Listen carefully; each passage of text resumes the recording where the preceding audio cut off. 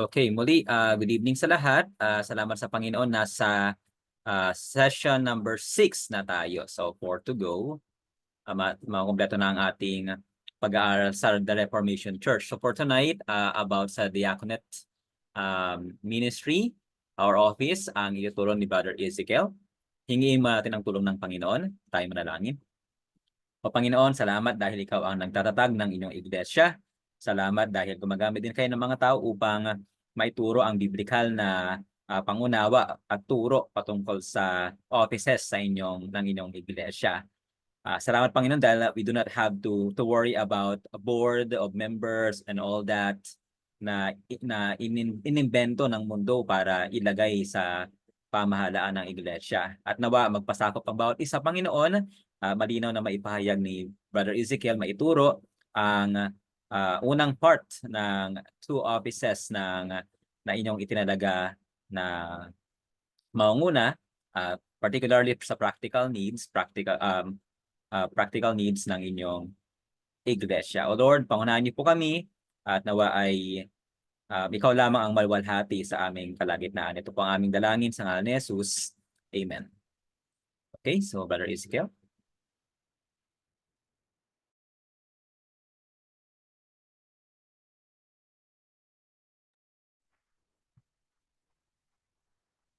Okay. Magandang gabi po muli sa atin mga kapatid. Tutuloy lang po natin ang ating serye or ating series ngayon about Reformation Church or Doctrine of the Church. At tayo po ay nasa session 6 or lecture 6 na po. Bilang short review lamang po, last week, pinag-aralan po natin yung discipline kung saan nakita natin na mayroong 2 dimension ang discipline of the church. Mayroong positive side at yung corrective side na more formal. So pinag-aralan natin na kailangan, necessary sa life ng isang local church ang church discipline para lumago siya sa holiness, ma-maintain yung holiness, at maituloy ang gawain ng Ebanghelyo. At tayo po ngayon, sa ating po pag-aaral is mula po ngayon hanggang bukas, pag-aaralan po natin ang the 2 offices in the church. So, normally, nauuna po sa pag-aaral ng 2 offices ay yung pastoral office. Pero ngayon, hayaan muna po natin na ang ating unang pag-usapan is about diaconal office or diaconate. So, before we study yung office ng diaconal ministry or office, ano po ba yung concept ng office in the church? So, ang ibig sabihin po nito, a position with a conferred responsibility and authority in each jurisdiction. So, yun po yung ibig sabihin ng office. So, yung term po na yan ay galing po sa 1 Timothy 3 verse 1 na pumapatungkol po ito sa pastor, office of bishop. While hindi na po natin pag-aaralan yung ng mas malalim yung church government, pero yung pong Baptist conviction is yung pong term na bishop, elder, pastor, presbyteros, or presbyter, yung pong mga terms na yan sa Baptist conviction, at of course we believe sa scripture, ay mga synonymous lamang. Iisa silang mga interchangeable terms sila. So yun po yung conviction ng Baptist. Hindi po tayo naniniwala as Baptist, at least, ay hindi naniniwala po sa hierarchy of offices. So dito po yung term na office, gaya ng concept natin, ito ay position na binigyan siya ng responsibility and authority in each jurisdiction. Again, short review. Pinag-aralan natin doon sa headship of Christ, ano man yung authority na mayroon sa pastor and deacon and church, ito ay derived from the rule, from the lordship of Christ. So nakita natin na walang intrinsic authority yung mga authorities na ibinigay sa atin sa church.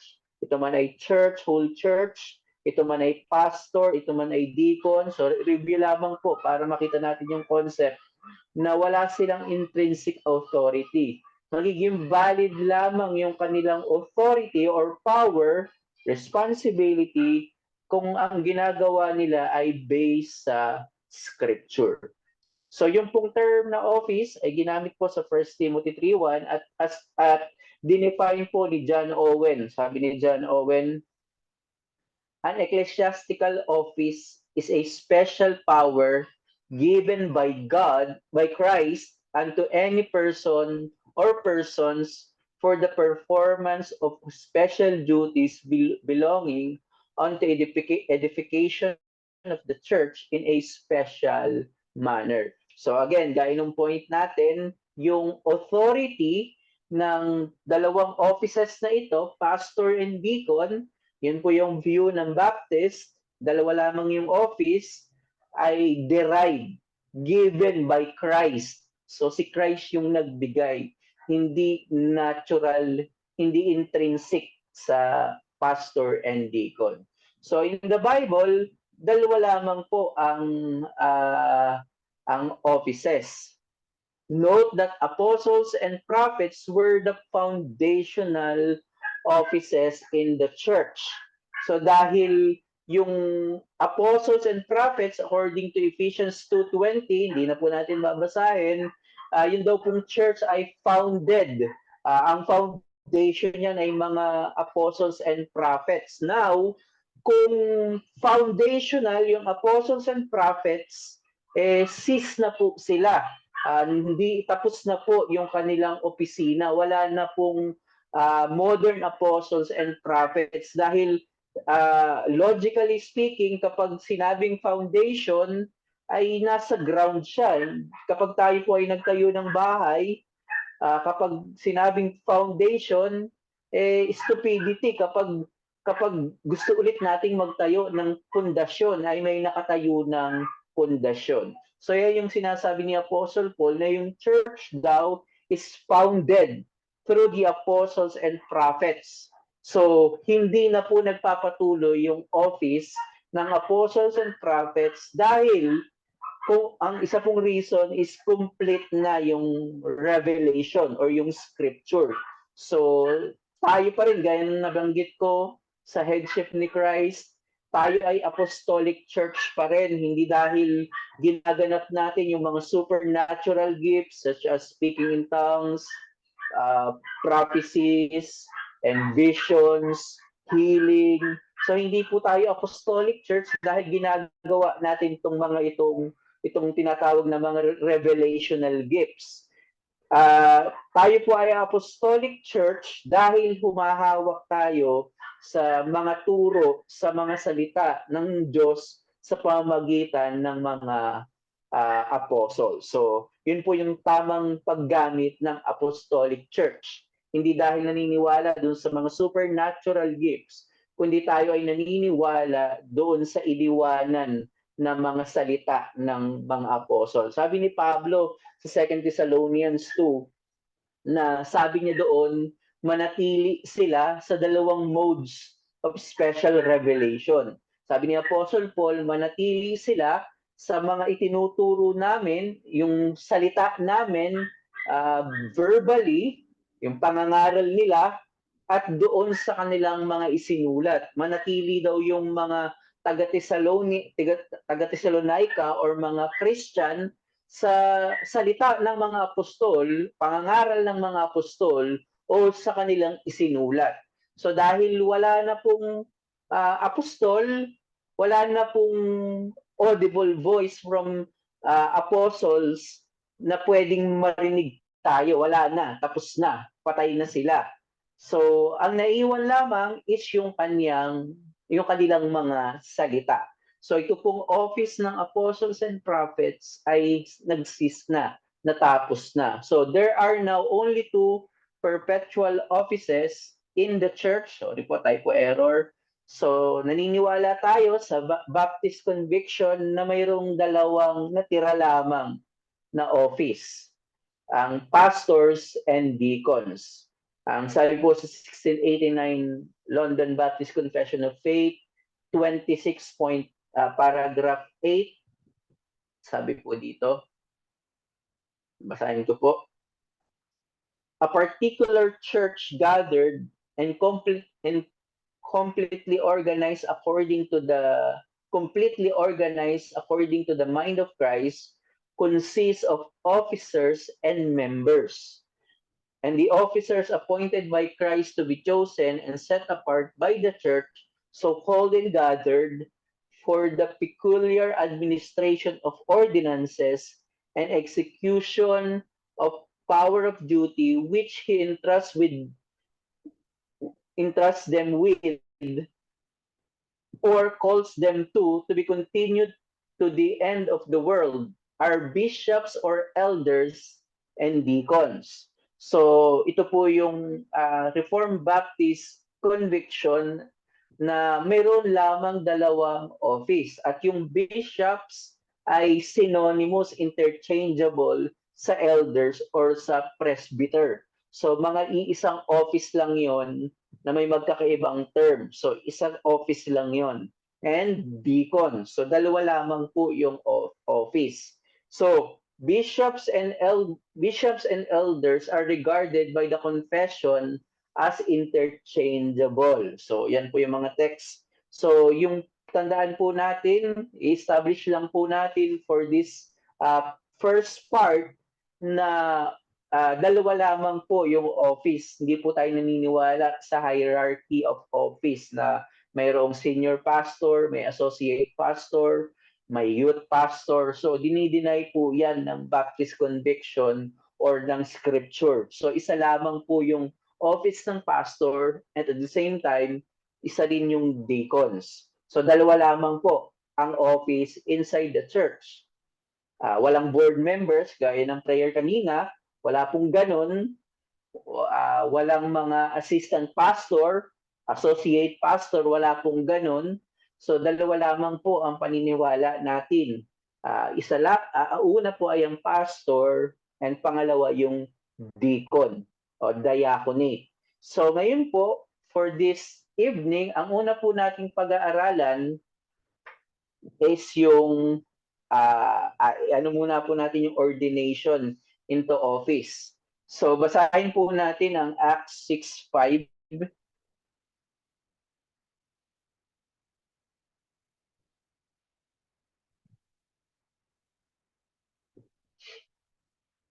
Sa mga gawa po, Acts 6 verse 5. So na-cite din po natin ito the last time.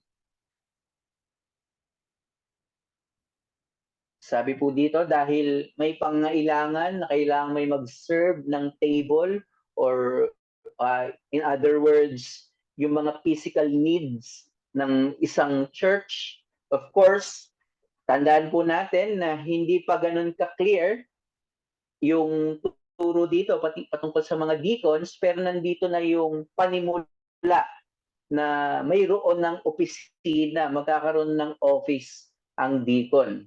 So sabi po dito sa verse 5, ang context po ay para makapag-devote yung mga apostles sa teaching. Sabi doon, verse 4, but we will devote ourselves to prayer and to the ministry of the word.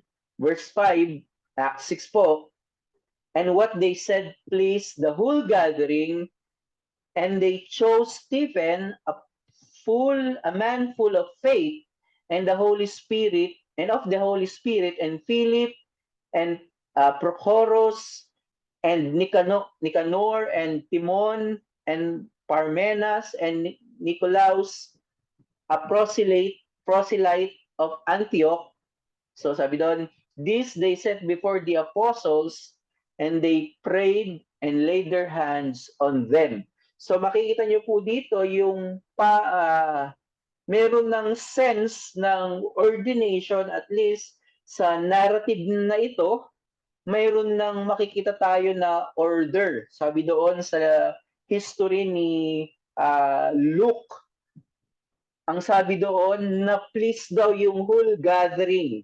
Ibig sabihin, tapos doon, they chose. So makikita niyo dito yung part ng pagiging congregationalist, na yung church hindi po ang nagde-decide, church po ang nag-a-affirm, nagre-recognize, nagbibigay ng consent. So hindi na po natin yung mapapag-aralan dahil hanggang 10 lessons lang po tayo. Kapag po pinag-uralan ang ecclesiology, meron pong tinatawag na church consent.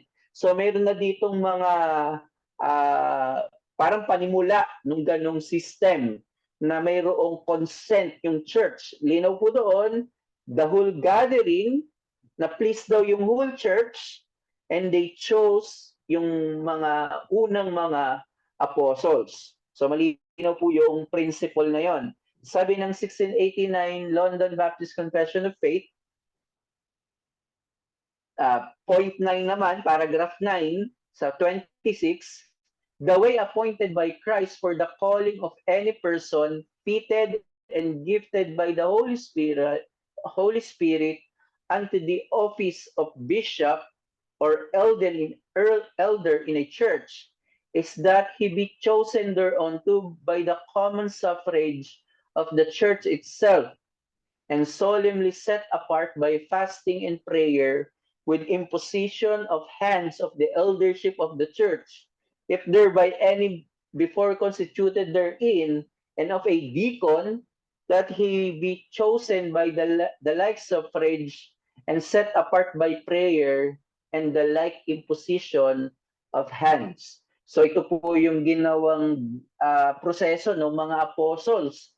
They prayed, at dinagdagan, they fast, dinagdagan ng confession, may kasamang fasting, at they laid their hands on them. Kaya sabi ni Pablo pa rin sa 1 Timothy 4:14, do not neglect the gift that is in you, which was given to you by prophecy, with the laying on the hand and of laying on of the hands of the eldership. So, yung pong ordination ay ganito po dapat daw yung mangyari. So both pastor and deacon is ganito yung, at least in principle, of course, may iba't ibang mga application yan, iba't ibang process, so fluid naman po dyan, pero yung principle is ganon. Magbibigay ng consent, i-recognize ng church at ipag-pray ito, and then may votation, and then i-ordain sila kung depende po doon sa inyong constitution. So yung pong constitution ay mga practical element ng practice natin. So dito ay magkakaroon ng laying of hands yung mga officers. So galing po ito kay Robertson. Sabi niya, yung comment niya, accompanied by prophecy, not bestowed by prophecy. So yun po yung nilinaw ni Robertson. So yung pong laying on of hands has its precedent in Moses' public recognition of Joshua. So ito po ay hindi nagbibigay ng power na para bang kagaya nung tayo ay nasa Pentecostal Church na ilelay hands natin yung mga gusto nating kotse. Hindi po ito yon. Ito po ay nasa context ng recognition and ordination. So it involves the physical acts of laying on of hands with the spiritual meaning of consecration into office. Ito po ay nangyayari sa ordination. Tandaan po natin, ito po yung magandang note din galing kay Pastor Noel, while recognition is done by the church, by the whole congregation, ordination is normally by eldership. So kaya malinaw po doon sa text ng Timothy na yung mga elders yung maglelay ng hands. So ito po ay both same process ng pastors and deacons. So ngayon po, ang una nating pag-aaralan is diaconate, yung serving and supporting office, the diaconate or diaconal ministry. Bukas po, titingnan naman po natin yung office ng elder or ng pastor. So yung term po na sa Acts, binasa po natin, and then basahin po natin naman ngayon yung 1 Timothy, so nabasa na po natin yung Acts, at least yung mga yung mga huling part. So, pero basahin po natin ay yung 1 Timothy 3,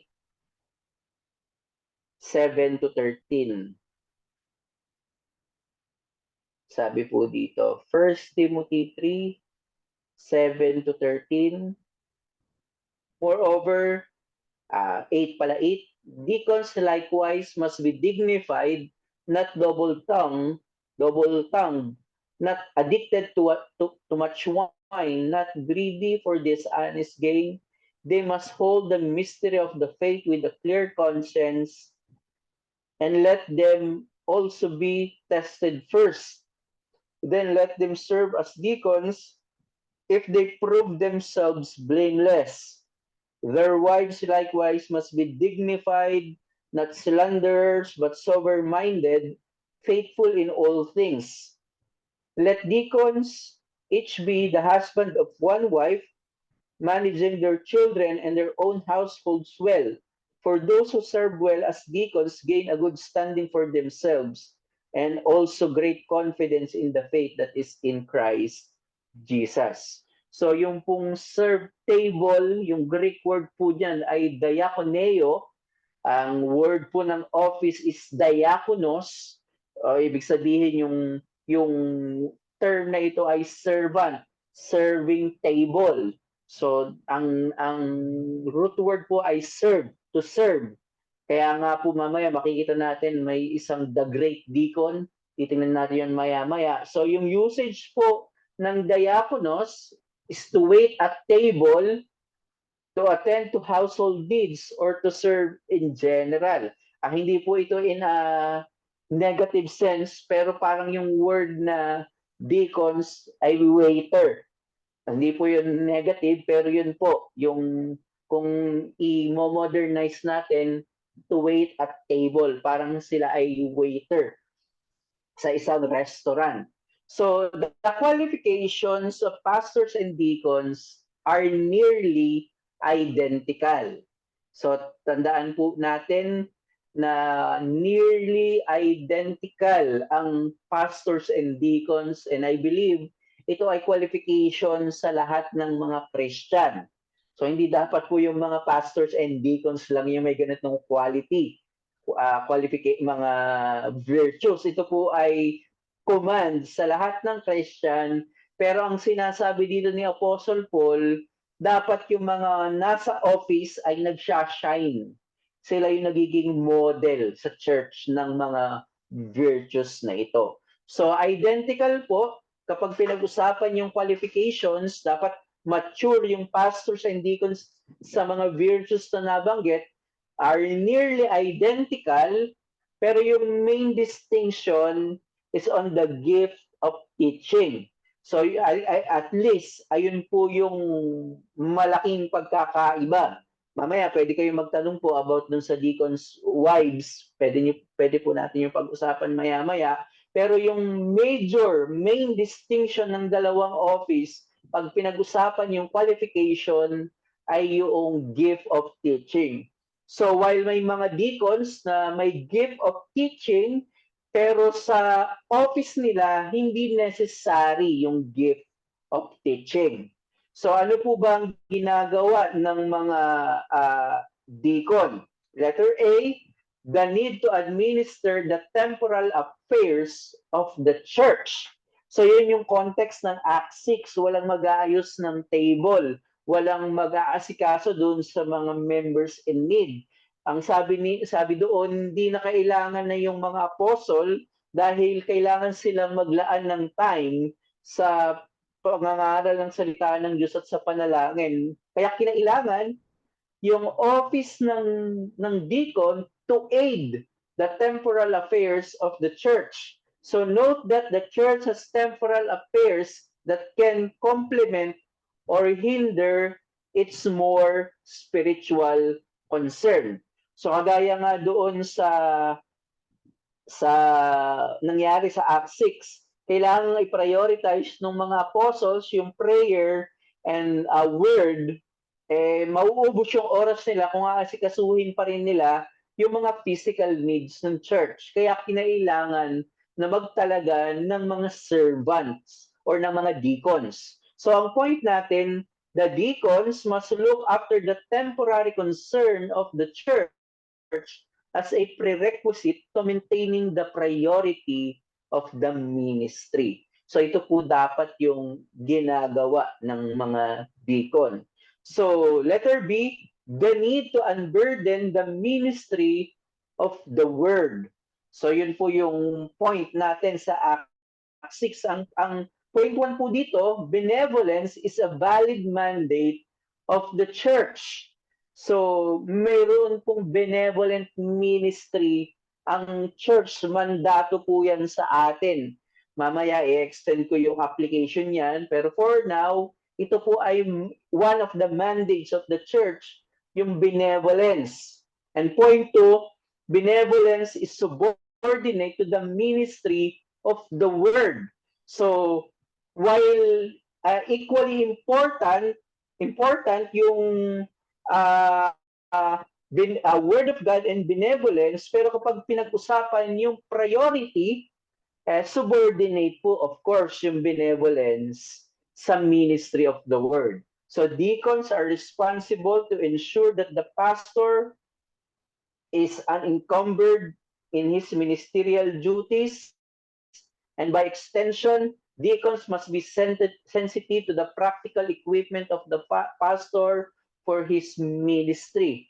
And as an extension of the pastorate, the diaconate is a genuinely spiritual ministry.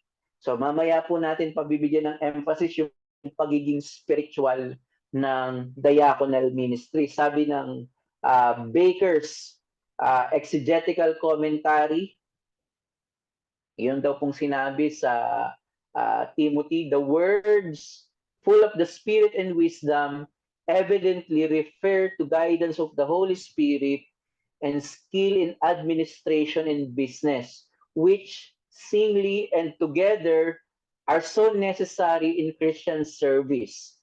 While Christian ministers wish such qualities were more characteristic of their own boards and councils, it is only fair to say that boards and councils often wish their ministers were given more to prayer and the ministry of the word.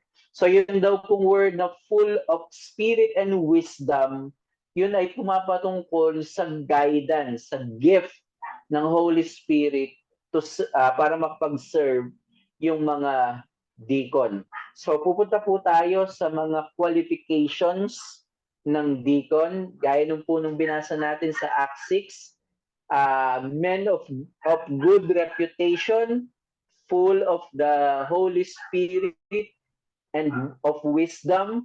So binasa po natin based, so yung narrative ni Luke mas naging clear kung ano ba yung mga qualifications na ito, naging clear kay Apostle Paul. So ito po yung mga qualification na nabasa natin. Ibig sabihin, ito po ay demonstrable evidence of a life of holiness or piety. So gaya ng nabanggit ko, lahat yan ay dapat nasa isang Christian, pero ang sinasabi dito, dapat nag-shine, na nag-excel, nakikita ito sa mga sa mga officers. So sinabi doon ni Apostle Paul, siya dapat ay respectable, pertaining to appropriate, defining behavior and implying dignity and respect. So meron siyang integrity, and then meron po siyang verbal sincerity, not double-tongued. Ibig sabihin, pertaining to behavior contrary to words or pretense. Meron din po siyang self-control, not given to too much wine, or may moderation in his appetites and lifestyle. And then meron din po siyang financial integrity, not greedy for money, especially napaka-relevant po ng money sa ministry ng deacon or sa office ng deacon, dahil ito ay dapat sila ay may financial stewardship in the church. sila yung may hawak nito. So, conscientious orthodoxy or holding the mystery of the faith with pure conscience. Dapat siya ay nagpapa-under doon sa confession ng isang local church. And then may domestic piety. Husbands of one wife ruling their children in their own houses, and then proven after a test. So, ibig sabihin, hindi po dapat bagong Christian yung isang matatalaga bilang deacon, kundi kailangan siya ay mature at matagal na sa pananampalataya. Now, yung pong sinabi na respectable wife, hindi ko po ito personal position, pero ang sabi ni Cornelis Vanda, bakit binanggit yung bakit nagkaroon ng qualification yung deacon doon, sabi ni Cornelis Vanda, isa po itong position, though I don't adhere with this position, pero ang kay Vandam, sabi niya, because deacons were entrusted with caring for the poor, who often included widows and women who were ill, it is likely that the wives of deacon would assist their husbands under diaconal supervision. So yun yung position ni Vandam. Dahil daw yung deacon, yung mag-aid ng mga physical need, siya yung bibisita doon sa mga nangangailangan ng mga members. So necessary daw na yung kanyang wife ay ganoon din. So promised favor, sinabi ni Apostle Paul, good standing, ibig sabihin meron siyang standing implying rank or status in society. Ibig sabihin, hindi man po dapat dito ay konsehan. Hindi po yun, kundi meron siyang good reputation. And of course, boldness in the faith can refer to assurance or confidence or as a credible voice for the faith. Hindi man necessary sa kanya yung pagtuturo, pero yung boldness, yung kakayanan na magpaliwanag kahit on a personal level, dapat po mayroong ganitong qualification, quality ang isang deacon. So punta po tayo sa the great model. Ito po yung sinasabi ko na the great deacon, the Lord Jesus Christ as deacon. So sabi po ng Mark 10:45, for even the Son of Man did not come to be served, but to serve and to give his life a ransom for many. So yung word na serve, diaconate or deacon, servant, he is the suffering servant. So si Christ po yung perfect model ng pagiging deacon. Contrast to self-centered worldly leadership, ngayon, lord it over them an imposing superiority of position. Yung mga boss natin, well, hindi po lahat, may mga bossing naman na mga babait, pero may mga bossing na talagang gagamitin nila yung authority nila. Ito po yung worldly leadership. The deacon, kagaya ni Christ, na hindi po siya napunta dito to be served, para pagsilbihan, but to serve. Kaya sinabi rin ng Acts 17,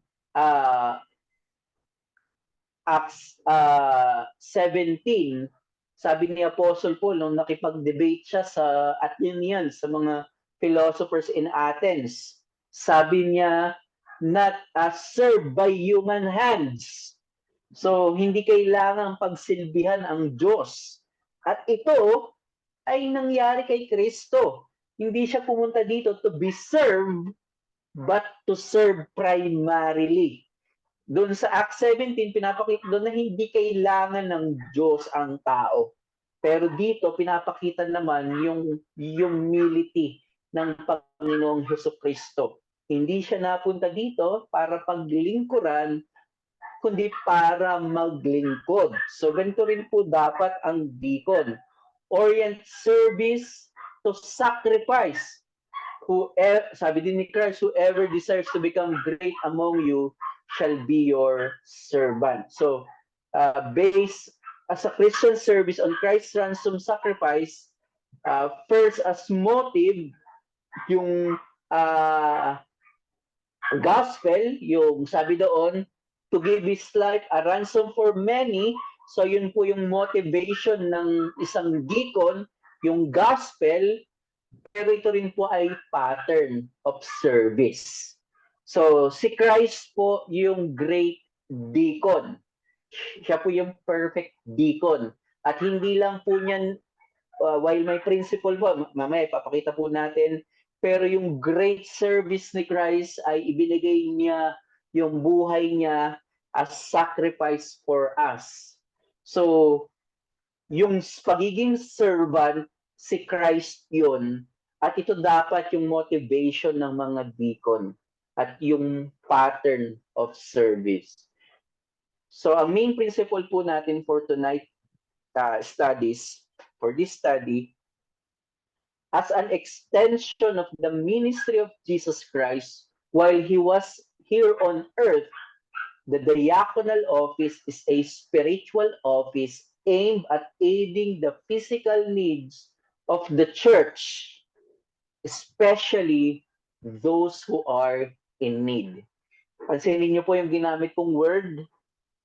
Sabi ko doon, the diaconal office is a spiritual office.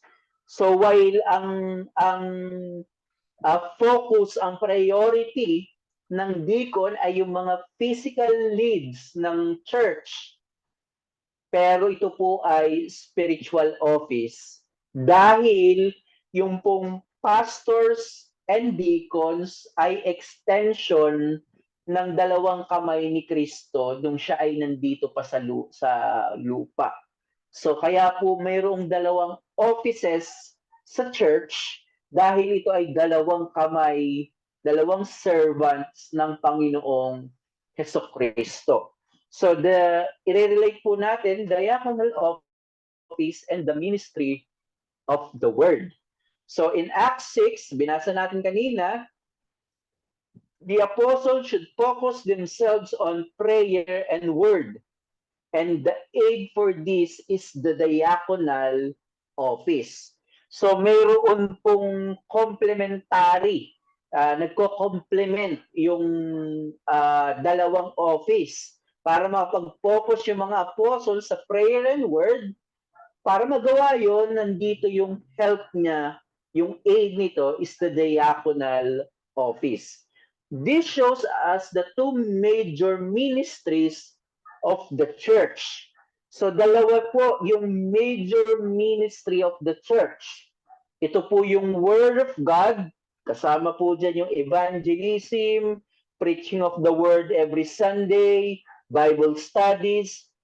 Yan po yung isa sa main mandates or ministry ng church.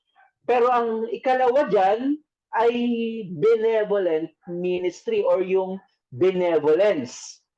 So tandaan po natin, these ministries are the extension of Christ's ministry. Kapag babasahin niyo po yung gospel, di ba? Kasama lagi sa pangangaral ni Kristo yung i-aid niya yung mga physical needs. Nag-miracle siya, pinadami niya yung isda at tinapay. Nagpapagaling siya sa may sakit, mga physical needs ito. So yung kanyang preaching of the word is accompanied by physical aid or pagbibigay ng physical needs. So while may priority sa Word of God, pero hindi ito hiwalay, kasama dito yung benevolence or yung benevolent ministry.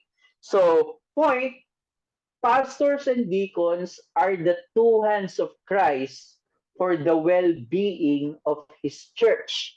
Kaya po, spiritual office, while ang ini-aid niya ay physical needs. Pero spiritual office to, dahil again, yung principle po natin sa headship of Christ, both pastors and deacons ay derived sa rule ni Christ, at ito yung dalawang kamay ni Kristo na kumakalinga, nag-aalaga sa isang lokal na iglesia. So, extension ito ng kamay ni Kristo. Dahil sabi sa Ephesians 4, nung nag-ascend daw si Christ, nagbigay siya ng different gifts para sa edification ng isang local church. Now, mas clear in the New Testament, sa sulat ni Apostle Paul, itong dalawang office na ito, mga official na mga ministry, ito ay for the well-being of Christ Church. Ganda po ng sinabi ni Cornelius Van Dam. Christ in heaven continues his work on earth through the deacons who represent him in his care for the needy. So, ang ganda ng sinabi ni Cornelius Van Dam,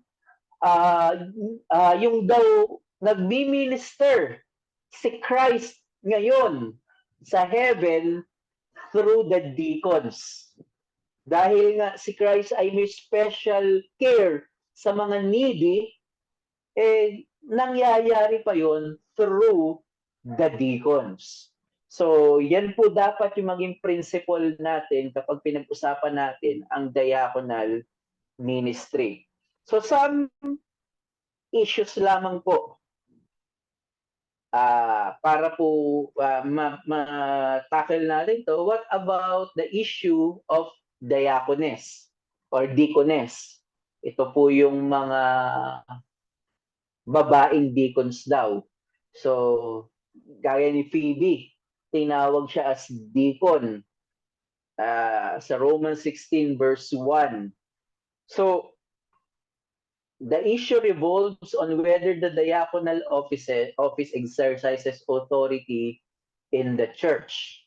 So, ganun po yung issue. So, kung si Phoebe tinawag na deacon, therefore, ang argument ng iba ay mayroong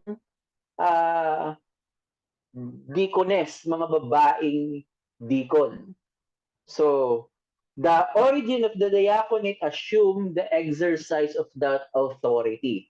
So, ito po muna yung presupposition natin na based sa scripture. So, yung pong mayroon pong exercise ng authority, again, hindi intrinsic, galing kay Kristo. So, nag-a-assume po yung office ng deacon ng authority. So, the fact that this office is parallel to the eldership suggests strongly by the presence of authority.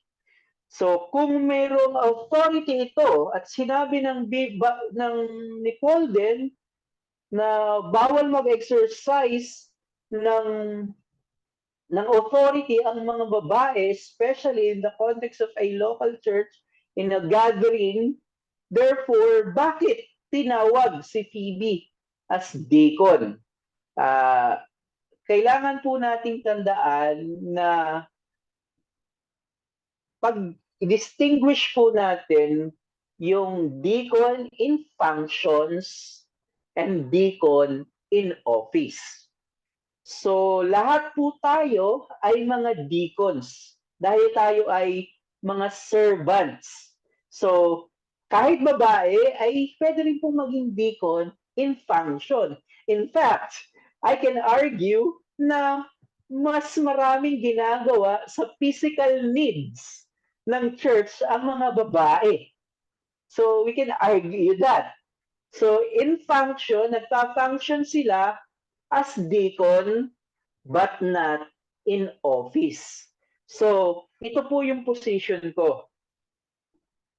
Kung bakit hindi ako, well, present ko yung deacon, yung position ni Cornelius Van Dam. Binasa ko po itong book na ito, napakaganda. Well, present ko kanina yung position ni Van Dam pagdating sa mga sabi doon sa qualification sa verse 11, 1 Timothy 3:11, balikan po natin kung may hawak po kayong Bible. Their wives likewise must be dignified, not slanderers, but sober-minded, faithful in all things. So, dati, ang position ko ay yung kay Van Damme, pero nung pinag-aralan ko tong verse 11, sa Greek daw po, sabi ni Samuel Waldron, yung daw pong wives doon is not pertaining sa wives ng mga deacon specifically. Kundi yung Greek daw po nito, yung sense ng Greek nito, sabi ni Sam Waldron, is yung wives dito ay nagpe-pertain sa mga wives inside the church. So yun po yung sinabi ni Sam Waldron, which sa akin compelling. Kasi kung magkakaroon ng qualification ng wife, dapat nilagay ito doon sa pastor. Dahil mas may priority sa word, spiritual, talaga yung nature ng ministry. So kung magkakaroon ng qualification ang wife, sa pastor dapat. Kay Calvin, ang posisyon ni Calvin, kasama daw dito yung mga pastor's wives. So, kahit daw hindi binanggit doon sa pastor, sa deacon binanggit, pero assume doon dahil same nga ng qualification. Pero sa akin, ang point dito, yung theological point na pwede nating makuha dito is yung mga wives dito ay yung mga wives sa local church. Ibig sabihin, yung ministry, mga practical ministries ng mga babae is under the oversight of the office of the diaconic. So yun po yung point natin dito. So ang point po natin, hindi po sila pwedeng mag-exert ng authority, kaya dinidistinguish natin yung function and office.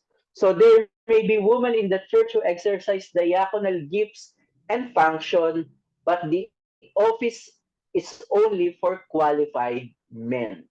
So ganun po natin yung dinidistinguish. So is the diaconate a preparation for the pastorate? So, pag ba ikaw ay deacon, ito ba ay level 1 at ang level 2 ay yung pastor? Magiging pastor, pwede po talaga mangyari, pero hindi po. The pastorate and the diaconate are parallel offices, not ladder structured. Hindi po ito parang nagle-level up ka. Na, deacon na ako, mga ilang years, pastor naman ako. Possible na yung deacon ay manominate as pastor pero hindi po ito preparation. So separate po ito na office. The deacon may be exhibit pastoral gifts and later recognized as elder. Pero hindi po siya parang ladder na level 1 deacon, level 2 pastor. Hindi po. As a distinct office sila with distinct function. Tandaan po natin yun. Possible po na siya ay manominate pero hindi po yun preparation for the pastorate. So sabi ni Cornelius Van Damme, the diaconal ministry is separate from the elders' ministry of the word, but both are ministries of the risen and ascended Christ. He continues his work on earth through the labors of the deacons, since both elders and deacons are in Christ's service. The office of deacon is not lower than of the elder. They should therefore cooperate in every possible way for the building up of the church. So wala pong hierarchy of office, mayroon lang priority. Dahil ang mas priority, ang word of God inside the church, priority yung office. Pero may mga, of course, elder rule tayo, pero may mga decision na hindi laging hindi laging yung pastor yung nasa taas. So yan yung position ni Van Damme and I agree with Van Damme. So we can discuss that later. So hanggang doon na lamang po ang ating lecture. So bukas po pag-uusapan naman natin yung office of the elder or pastor. So ito po yung ating mga references na ginamit kay Pastor Noel Espinosa na lectures and then Cornelius Van Damme. Ito po yung mai-recommend ko na book, The Deacon, The Biblical Foundation for Today's Ministry of Mercy. So hanggang doon na lamang po ang ating session. Proceed po tayo sa question and answer. Okay po, thank you, brother. Sige po, kung sino merong questions, you can type in your answer sa chat or raise your hands para makapagtanong mismo. Sige po, huwag po kayong nahiya. Sige po, wag mong mahiya.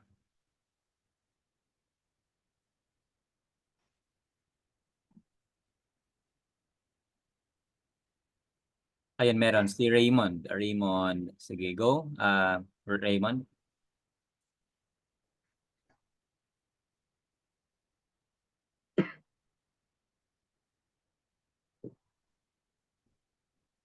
Yes, good evening. Evening po. Good evening po. Okay, since di pa tapos yung ano natin, thank you anyway, Brother XC, for the lesson. Ang tanong ko is ganito, when it comes to decision makings, of course, there are elders that takes care of the ward, and the deacons who takes care of the physical needs of the church. But when it comes to decision making, regardless, basta pertaining sa pag-care ng church, how do or what is the process of carrying out a certain opinion or suggestion? Is it solely done by the elders, or does it include the deacons as well? Thank you. Napakaganda po ng inyo pong question. Sa practical po, theological yung tingin natin kanina na may separate office, may separate ang function. Pero ang point po natin, these two offices, while distinct in function and office, ang aim ng both offices na ito is for the building up of the church. So I believe sa ganung principle, sa mga decision making, dapat po ay nag-uusap kahit po ang pinag-uusapan na spiritual matters. Lalo kung isa pa lang yung elder, isa pa lang yung pastor, mas madali po kung plurality of elders, na yun po yung pag-aaralan natin bukas, na ang ideal church ay plurality of elders. Pero kung ang church ay isa pa yung deacon at isa pa ang pastor at may mga deacons, mas maganda po na united ito pong mga officers na ito when it comes sa decision making. Now, yung pong decision making, dapat igalang din yung distinct function. Kapag theological, yung decision making mayroong relation sa theology, teaching ng church, while ini-inform ni pastor yung mga deacon, yung say talaga doon ay sa pastor. Napag-aralan din po natin yan doon sa headship of Christ, na yung kanyang office ay sa Word of God.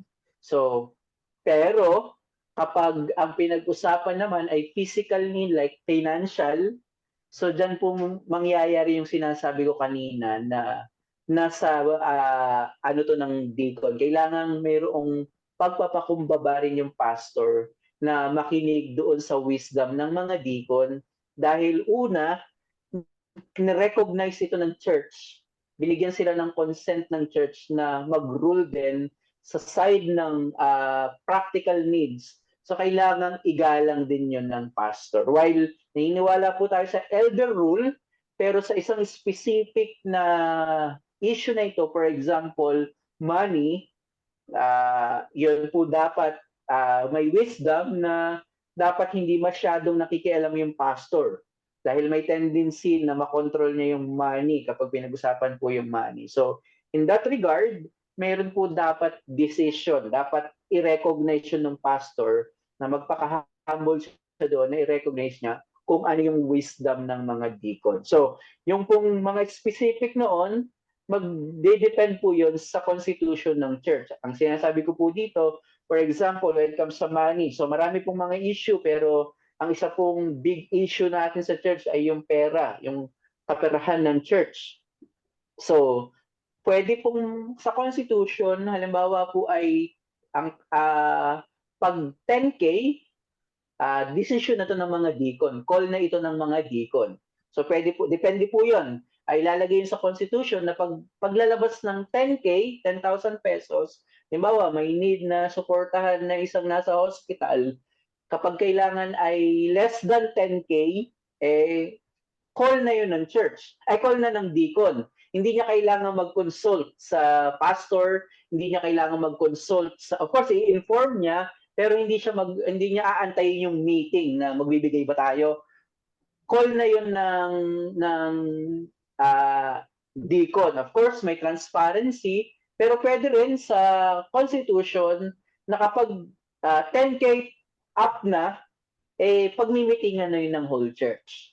So, yun po ay mga practical na mga sa pagdating sa mga specific. Pero yung sa question, kailangan na nalalaman noong dalawang office kung ano yung makakabuti. Kaya nag-uusap dapat itong dalawang office na ito kung ano yung mas makakabuti sa isang local church.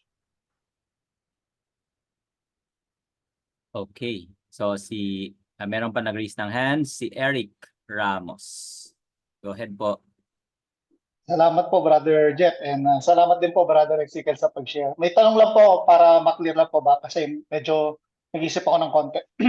Sabi Sige niyo po, po na yung mga deacons is for the man po, naniniwala naman po ako doon, no? Tsaka yung pastorals. And kanina, sinabi niyo po na si PB is recognized as deaconessa. Tama po? Tama Okay po. po. Pero not in the function of office, tama po ba? Po, function. So, not to assert any position in an official state. So, kasi po nag-build up kami ngayon ng church dito na trying po na sana maano natin yung mga brothers and sisters natin to reform and truly reformation po ng church natin. Amen po. Opo. Kasi po, ang majority po kasi dito sa Barcelona, alam niyo naman po sa Europe, mostly mga babae. And then ang wino-workout ko po lagi is the pair of the family, husband and wife.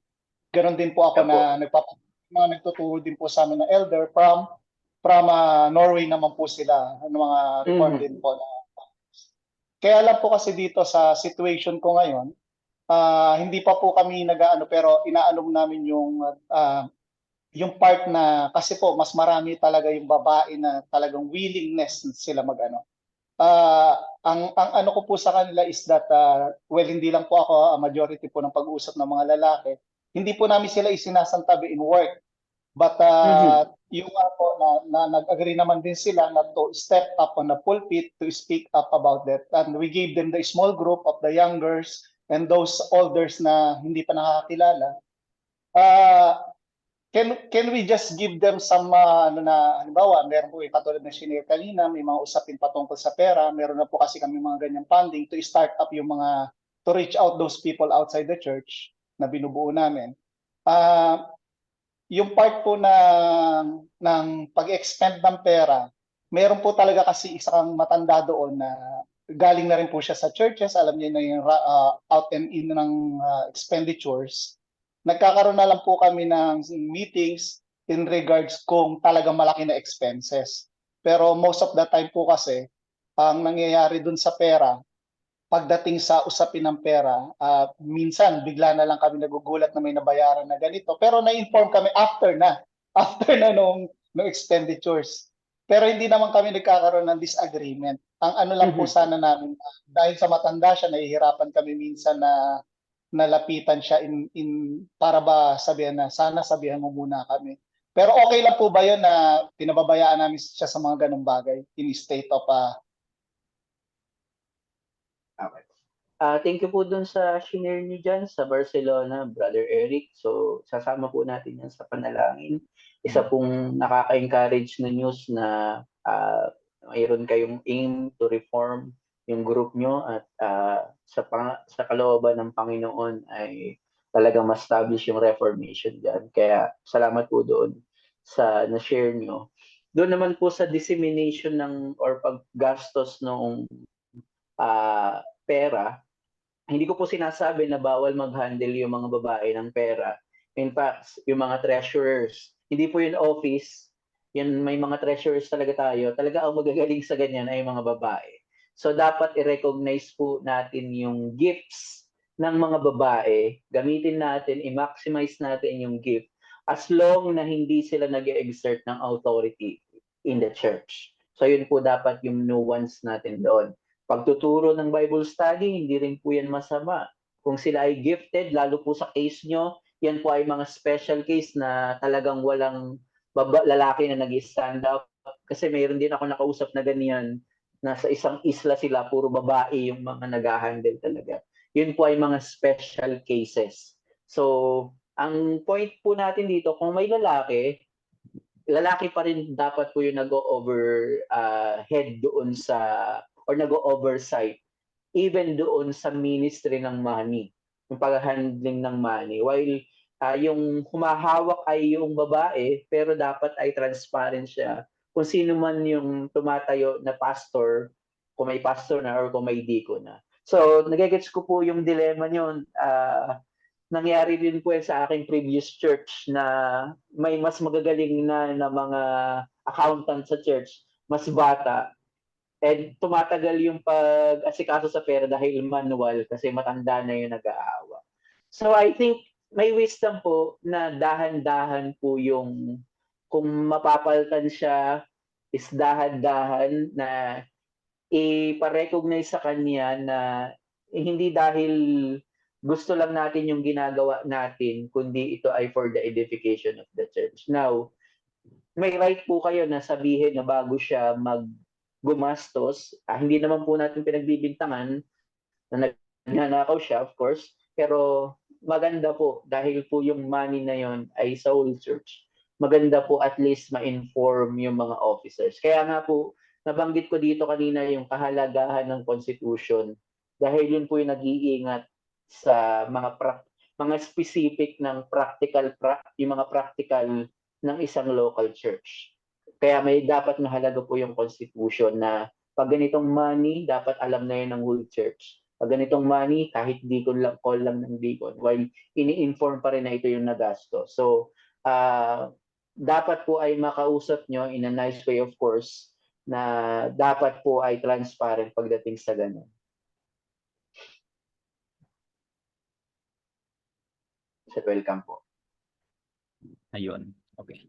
Pero established na yung sa ano, no? Established church na yung sa Barcelona, no? Kay Eric.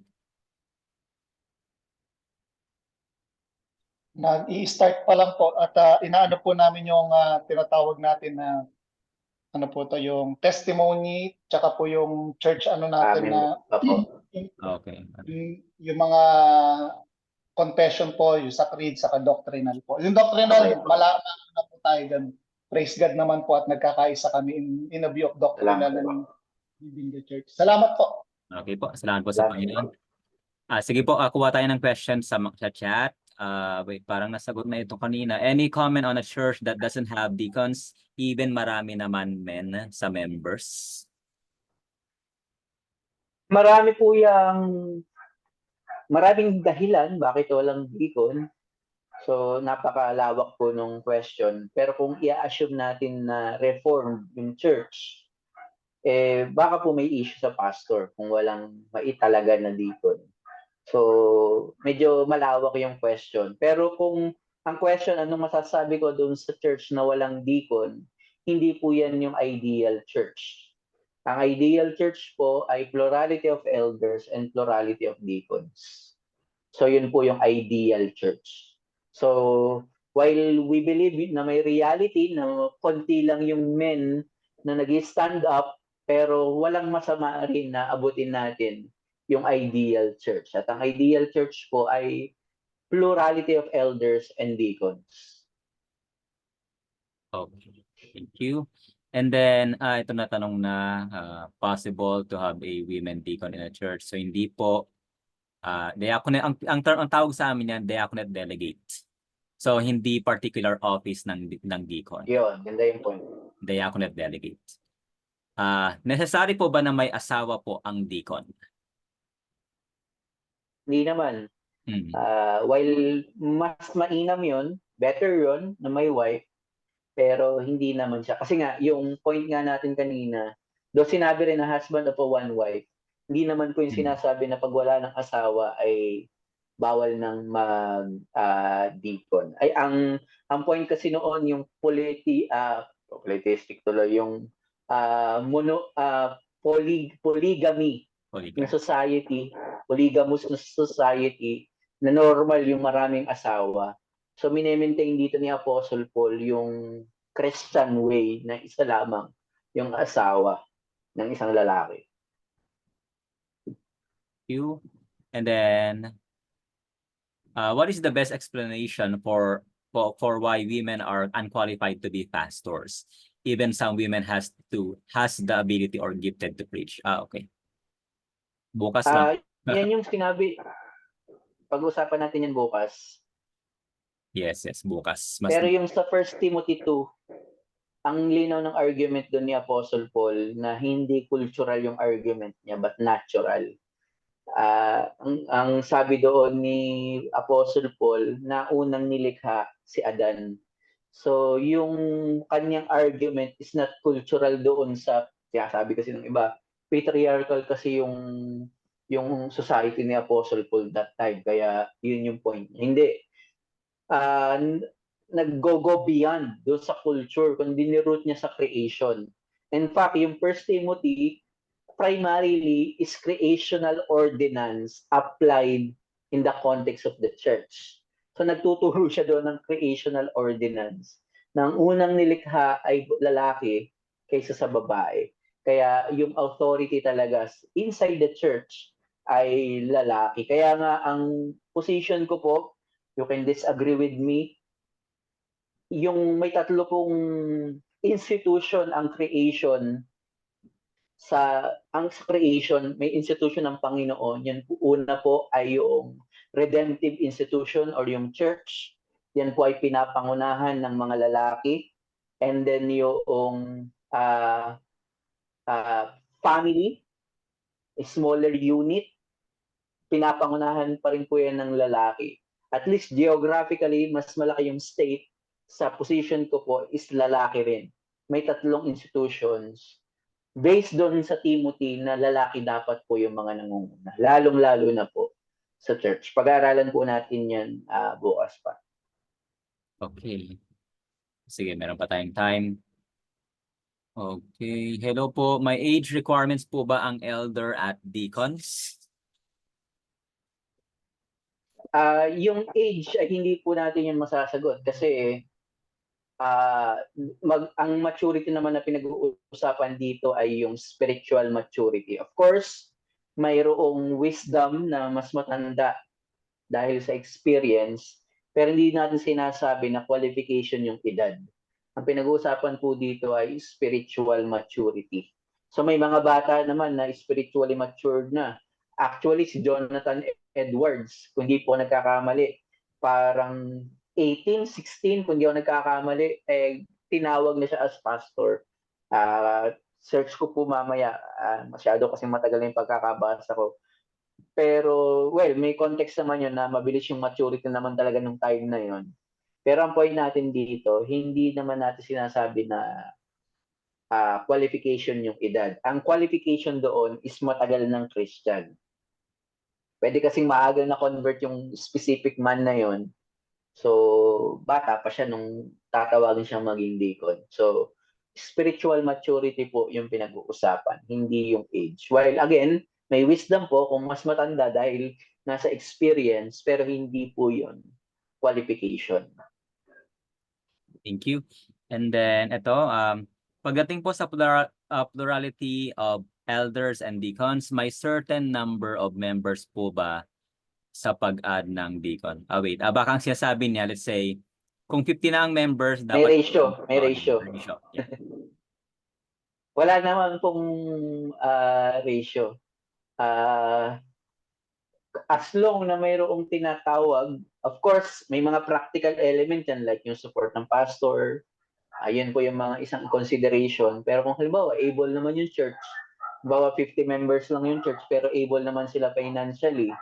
So, wala pong control yun. As long na may nakikita kayo pinanalangin nyo to, pinag-fasting nyo to, qualified talaga, gifted, tawag lang ng tawag. Actually, yun ay mas maganda dahil yun yung ideal church, multiple and plurality. Again, may mga element, may mga kasama yung element, lalo-lalo sa support ng pastor.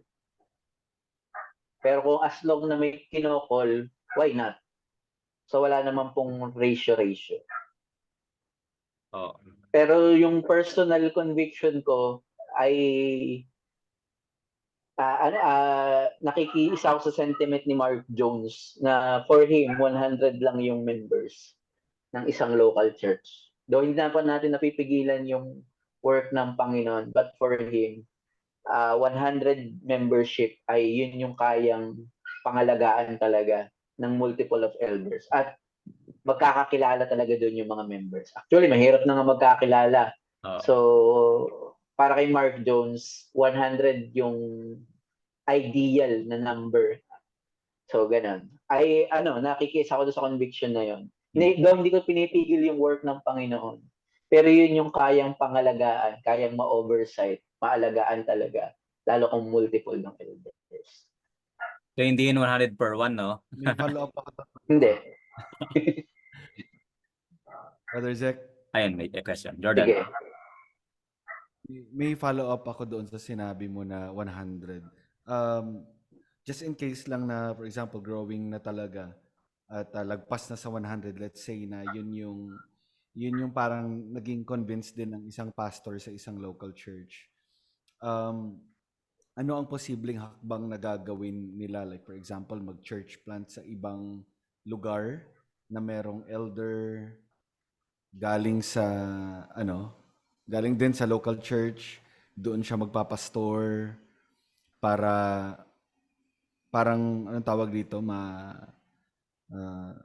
accommodate yung sobra doon sa 100. Possible kaya na ganun yung isang hakbang?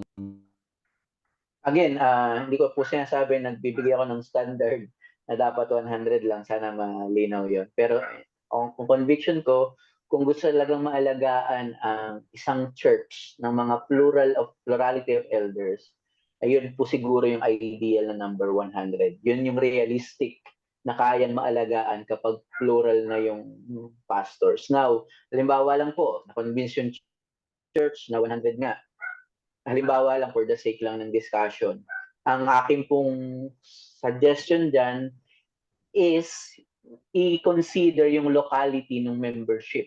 Halimbawa lang na umabot ng 120, mayroong mga 30 members na magkakalapit yung lugar na malayo doon sa current church. So pwede yung gawing outreach or church.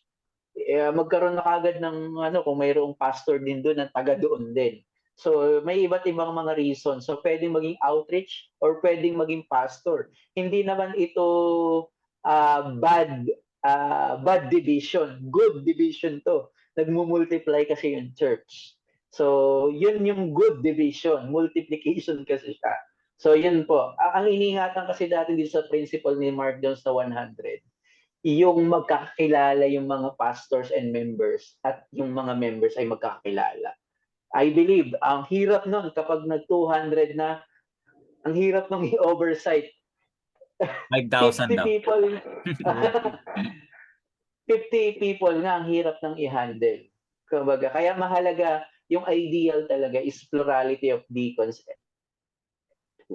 plurality of officers talaga. Para mapangalagaan pa rin, ma-oversight pa rin ang mga members. Amen. Alright. So, sakto tayo sa time. 9:15. Ito lang po. Thank you, Brother Ezekiel. Sige, close time prayer. Sige po, tayo po yung mag-pray. Aming Panginoon, maraming salamat po sa simpleng pag-aaral namin ng inyo pong mga salita. Salamat po na si Kristo po, nakita namin sa study, na si Christ pa rin po ang nag-shepherd sa kanyang mga local churches. At ito po ay sa pamamagitan ng extension ng kanyang ministry through the pastors and deacons. Salamat po at nakita namin ang importance ng diaconate or ng diaconal office.